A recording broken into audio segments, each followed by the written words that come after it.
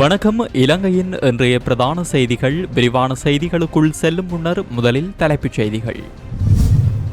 ஞானசார தேரரின் மேன்முறையீட்டு மனுவை நிராகரித்த நீதிமன்றம். உறுதியானது 9 மாத கால சிறை தண்டனை. எஸ்வெசும பயனாளிகளுக்கான வெளியான மகிழ்ச்சி அறிவிப்பு. இன்று முதல் வரவு வைக்கப்படும் கொடுப்பனவுகள்.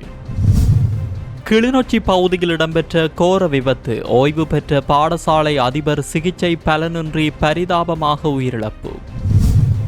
உயிர்த்த ஞாயிறு பயங்கரவாத தாக்குதல்களுடன் தொடர்புடையதாக கூறப்படும் இப்ராஹிமை பாதுகாக்கவே அரசாங்கம் தொடர்ந்து முயல்கிறது. நாமல் ராஜபக்ஷ பகிரங்க குற்றச்சாட்டு. தோல்விக்கு பயந்தே மாகாண சபை தேர்தலை அரசு நடத்தாமல் இருக்கிறது. எதிர்க்கட்சி தலைவர் சஜித் பிரேமதாச குற்றச்சாட்டு. எரிபொருள் விலையை குறைக்க தடுமாறும் அரசு. வலுக்கும் சந்தேகம். ஆனந்த பாலித தெரிவிப்பு.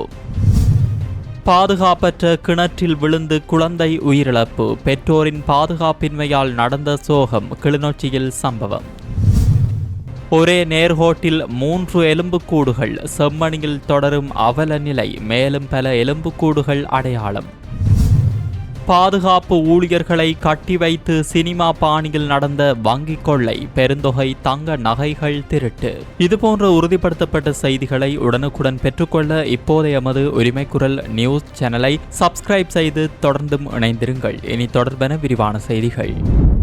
பொதுபல சேனா அமைப்பின் பொதுச் செயலாளர் கலகொட அத்தே ஞானசார தேரருக்கு விதிக்கப்பட்ட 9 மாத சிறை தண்டனையை கொழும்பு மேல் நீதிமன்றம் உறுதி செய்துள்ளது. இஸ்லாமிய மதத்தை அவமதிக்கும் வகையிலும் இனங்களுக்கிடையிலான நல்லிணக்கத்தை பாதிக்கும் வகையிலும் கருத்து வெளியிட்டதாக சுமத்தப்பட்ட குற்றச்சாட்டின் அடிப்படையில் அவருக்கு முன்னதாக கொழும்பு நீதவான் நீதிமன்றம் இந்த தண்டனையை விதித்திருந்தது. அந்த தீர்ப்பை ரத்து செய்து தன்னை விடுதலை செய்யுமாறு ஞானசார தேரர் தாக்கல் செய்த மேன்முறையீட்டு மனுவை நிராகரித்த கொழும்பு மேல் நீதிமன்ற நீதிபதி மஞ்சுள திலகரத்ன இன்று இந்த தீர்ப்பை வழங்கியுள்ளார். 2016 ஆண்டு கிருளப்பனையில் நடைபெற்ற ஊடகவியலாளர் சந்திப்பில் சர்ச்சைக்குரிய கருத்துக்களை வெளியிட்டதாக கூறி தண்டனை சட்டக்கோவையின் கீழ் காவல்துறையினர் அவருக்கு எதிராக வழக்கு தாக்கல் செய்திருந்தனர். நீண்டகால விசாரணைகளின் பின்னர் அவர் குற்றவாளி என நீதிமன்றம் தீர்ப்பளித்ததை தொடர்ந்து விதிக்கப்பட்ட 9 மாத சிறை தண்டனை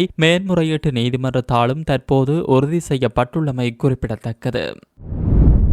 2026 ஆண்டின் ஜூன் மாதத்திற்கான எஸ்வெசும நலன்புரி கொடுப்பனவு திட்டத்தின் 2ஆம் கட்ட கொடுப்பனவுகள் இன்று முதல் வரவு வைக்கப்படும் என நலன்புரி நன்மைகள் சபை அறிவித்துள்ளது. இதேவேளை இந்த கொடுப்பனவானது 2,70,025 குடும்பங்களுக்கு கிடைக்க உள்ளதாக குறித்த சபை மேலும் தெரிவித்துள்ளமை குறிப்பிடத்தக்கது. இதன்படி பயனாளிகள் இன்றிலிருந்து தங்களது வங்கி கணக்குகள் மூலம் இந்த உதவித்தொகையை பெற்றுக் கொள்ளலாம் என்று சபை சுட்டிக்காட்டியுள்ளது.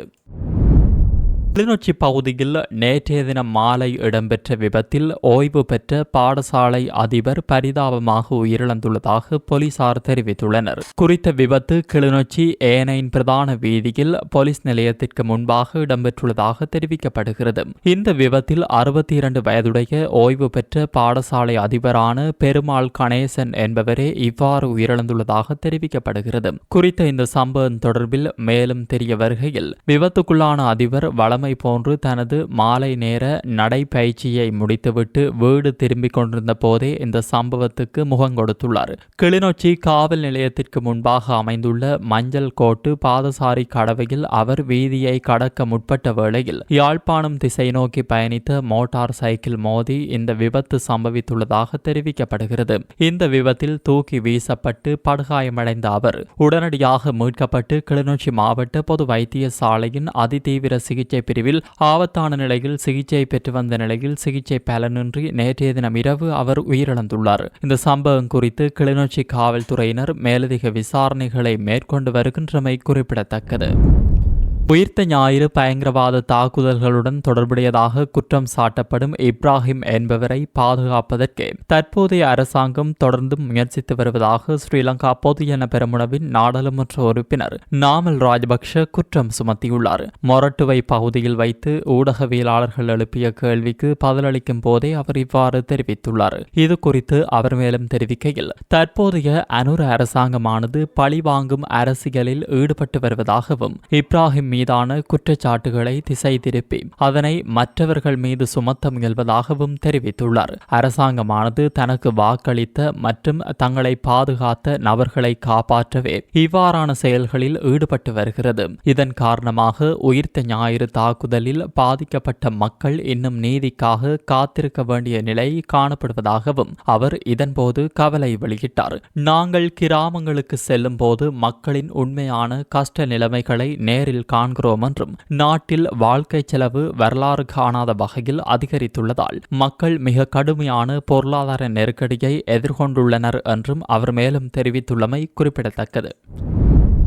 ஐக்கிய மக்கள் சக்தி நிச்சயம் அமோக வெற்றியீட்டும் என்பதற்காகவே மாகாண சபை தேர்தலை தேசிய மக்கள் சக்தி அரசு நடத்தாமல் தொடர்ந்து இழுத்தடித்து வருவதாக எதிர்க்கட்சித் தலைவர் சஜித் பிரேமதாச தெரிவித்துள்ளார். கண்டியில் மல்வத்து மற்றும் அஸ்கிரி மகாவிகாரிகளுக்கு விஜயம் செய்த பின்னர் ஊடகங்களுக்கு கருத்து தெரிவித்த அவர் மாகாண சபை தேர்தலை நடத்த ஜனநாயக ரீதியான அனைத்து நடவடிக்கைகளையும் முன்னெடுக்க தயாராக இருப்பதாக கூறியுள்ளார். மேலும் அரசு எரிபொருள் மற்றும் மின்சார கட்டணங்களை உடனடியாக குறைக்க வேண்டும் என்றும் மக்களின் பொருளாதார சுமைகளை குறைப்பதில் அரசு தோல்வியடைந்துள்ளதாகவும் தெரிவித்தார். இனிவரும் தேர்தல்களில் எந்தவொரு தரப்புக்கும் அறுதி பெரும்பான்மை நாடாளுமன்ற பிரதிநிதித்துவம் தேவையில்லை, எளிய பெரும்பான்மை இருந்தால் போதுமானது என்பதை நாட்டின் 220 லட்சம் மக்களும் இப்போதாவது பாடமாக கற்றுக்கொள்ள வேண்டும் எனவும் அவர் தெரிவித்துள்ளமை குறிப்பிடத்தக்கது. முன்னாள் ஜனாதிபதி ரணசிங்க பிரேமதாச நாட்டை பொறுப்பேற்கும் போது வடக்கிலும்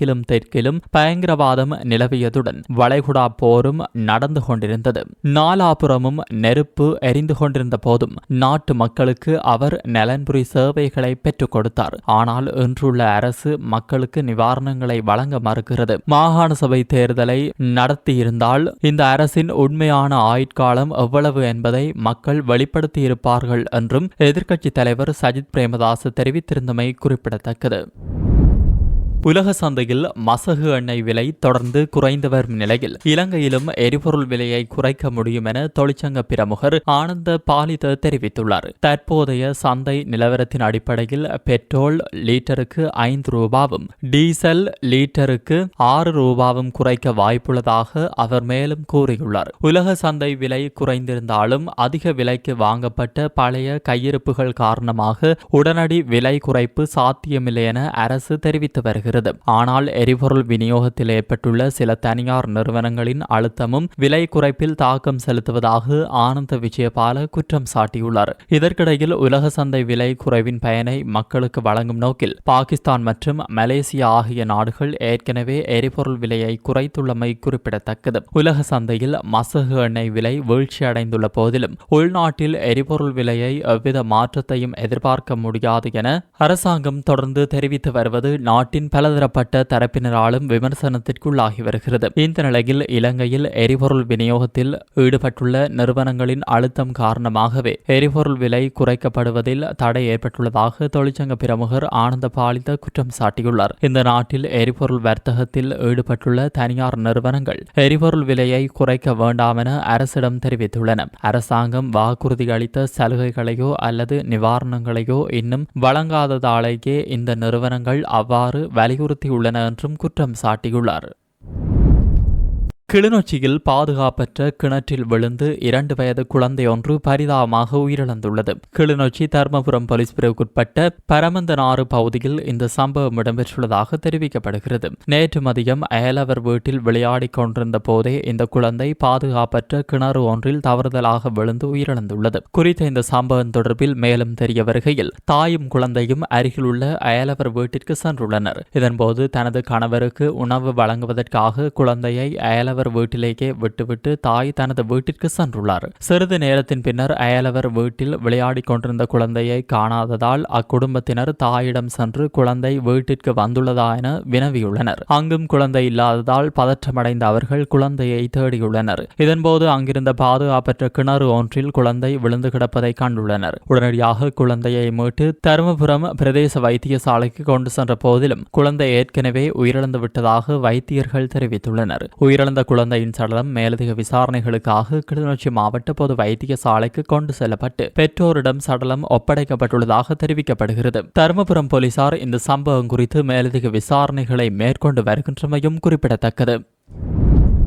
யாழ்ப்பாணம் செம்மணி மனித புதைகுழியில் நாளுக்கு நாள் பல மனித எண்பு தொகுதிகள் அடையாளம் காணப்படும் நிலையில் நேற்றைய அகழ்வு பணிகளின் போது புதிதாக 7 மனித எண்பு தொகுதிகள் அடையாளம் காணப்பட்டுள்ளதுடன் அவற்றில் 3 எண்பு தொகுதிகள் ஒரே நேர்கோட்டில் புதைக்கப்பட்டவாறு கண்டெடுக்கப்பட்டுள்ளது. 3ஆம் கட்ட தடயவியல் அகழ்வாய்வு பணிகளின் 31ஆம் நாள் அகழ்வு பணிகள் நேற்று இடம்பெற்றன. நேற்றைய தின அகழ்வாராய்ச்சியின் போது புதிதாக அடையாளம் காணப்பட்ட 7 மனித எண்பு தொகுதிகளும் முறைப்படி சுத்தம் செய்யப்பட்டு இலக்கமிடப்பட்டுள்ளன. இதில் 3 மனித எண்பு தொகுதிகள் ஒரே நேரில் புதைக்கப்பட்டவாறு காணப்பட்டமை குறிப்பிடத்தக்கது. இதன்படி செம்மணி மனித புதைகுழியின் தடயவியல் அகழ்வாய்வு தளம் 1 மற்றும் 2 ஆகிய 2 பிரிவுகளிலிருந்தும் ஒட்டுமொத்தமாக இதுவரை 412க்கு மேற்பட்ட மனித எண்பு தொகுதிகள் அடையாளம் காணப்பட்டுள்ளமை குறிப்பிடத்தக்கது. இதேவேளை இந்த சம்பவத்திற்கு நீதி கோரி ஆர்ப்பாட்டங்களும் முன்னெடுக்கப்படும் நிலையில் நாளுக்கு நாள் பல எண்பு தொகுதிகள் அடையாளம் காணப்படுகின்றமையும் குறிப்பிடத்தக்கது.